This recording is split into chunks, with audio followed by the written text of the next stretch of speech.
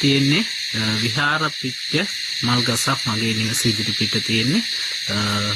මේ වන විට මලින් පිරීලා ගිහිල්ලා තියෙනවා. රාත්‍රී 9ට තමයි මේ මල් ගසේ මල් පිපෙන්නේ. මල් පිපෙන්නේ සුදු පාටට.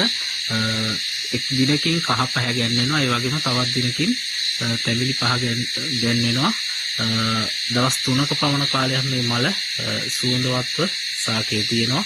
පූජා කරන්න සුසු මට්ටමට දවස් 3කින් පස්සේ තමයි මල පර වෙන්නේ. ඒ වගේම රාත්‍රී 9ට පිපෙන මේ මල රාත්‍රී කාලයේම මුළු පරිසරයම සුවඳවත් කරනවා.